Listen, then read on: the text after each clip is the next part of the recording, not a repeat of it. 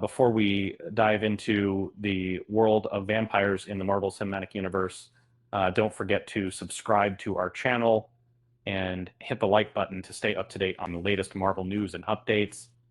And as a longtime Marvel Comics enthusiast, I've always been fascinated by the introduction of vampires into the MCU. Uh, with the upcoming release of the Blade movie, uh, it's clear that the potential for engaging storytelling and captivating characters is immense. But before we get to the movie, let's take a look at a recent hint about vampires in the MCU. And in the Marvel special presentation, Werewolf by Night, and more recently, Agatha All Along, we've seen subtle references to vampires. Although the specifics about these blood-sucking creatures within the MCU are yet to be fully uncovered, their existence on a supernatural plane is undeniable. One of the most intriguing hints about vampires in the MCU comes from the character Lilia Calderu, portrayed by Patti LuPone, in Agatha All Along. In episode 4, it's disclosed that Lilia had been bitten by a vampire in the past, but she did not transform into a vampire as a result. This raises an interesting question. What could be the reason behind Lilia's immunity to vampire bites? Given her role as a witch, it's quite plausible that she employed magic as a means to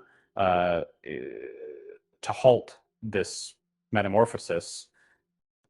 In the comic books, very few methods have been unveiled that can heal a vampire or, hinder someone from transforming into these eternal denizens of the night. In the Marvel Comics universe, we're focusing on traditional vampires, the ones that prey at night, feed on blood, and are fully fledged. These creatures have caused chaos in the supernatural part of Marvel, but they've occasionally clashed with mainstream heroes too. And despite biting characters like Black Widow, these heroes have managed to discover methods to suppress vampire genetics and cure the affliction. For example, in one instance, a sterilized sample of the Hulk's radioactive blood was used to halt Black Widow's transformations. This irradiated blood has the unique ability to scorch and eliminate the vampire cells before they can establish themselves, making individuals like Bruce Banner seemingly immune. However, his blood could potentially serve as a protective measure too. And as a fan, I'd say that the MCU has yet to lay the ground rules for how vampires operate inside the Marvel Cinematic Universe. In every story that features vampires, there is always some sort of variation to the lore, whether they can walk in the sunlight, have a weakness to magic, if they can survive and thrive on alternative blood sources. All of these are subject to change, depending on the storyteller.